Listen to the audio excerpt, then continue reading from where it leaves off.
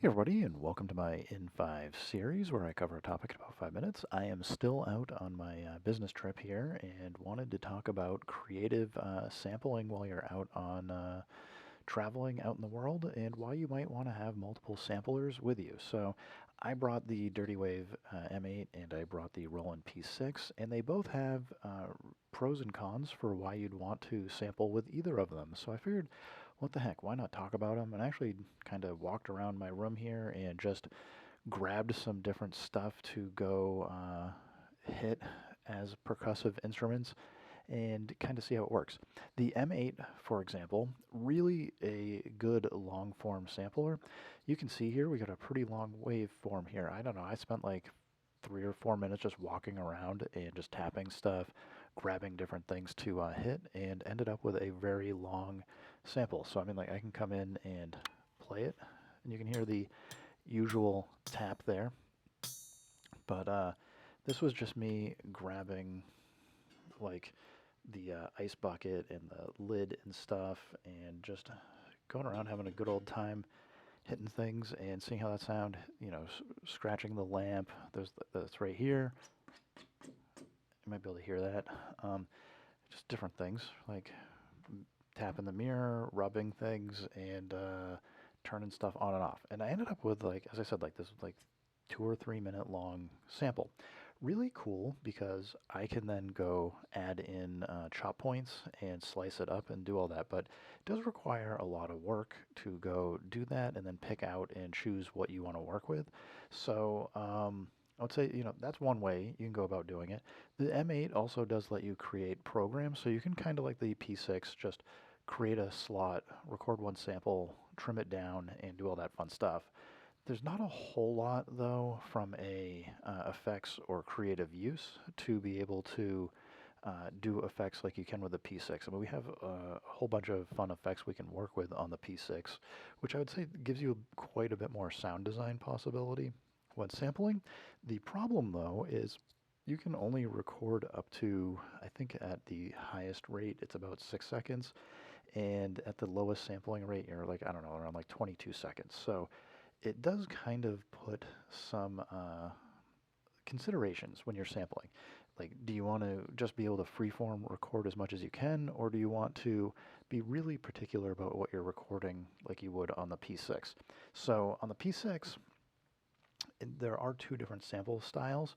One is when you record, you can go into each slot here, and I've just on Banksy kind of walked around and grabbed some stuff. So like this is similar to some of the sounds I did here, but I only captured one hit versus over here I was able to do multiple takes and just kind of let it go freeform. And then in here, like doing some other stuff, just kind of recording sounds.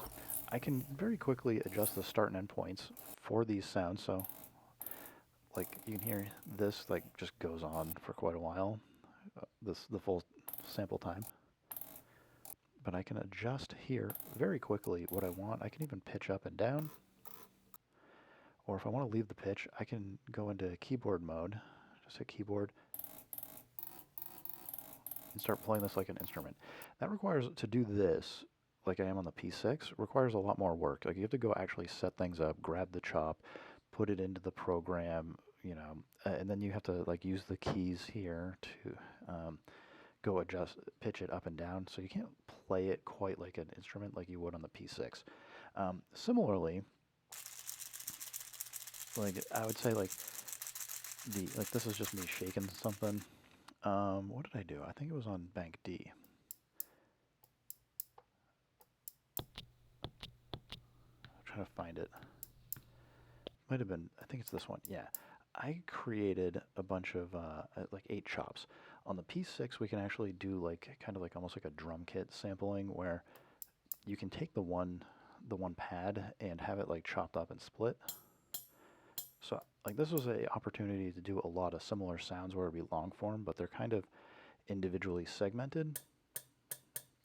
And now I can kind of play this as a drum kit.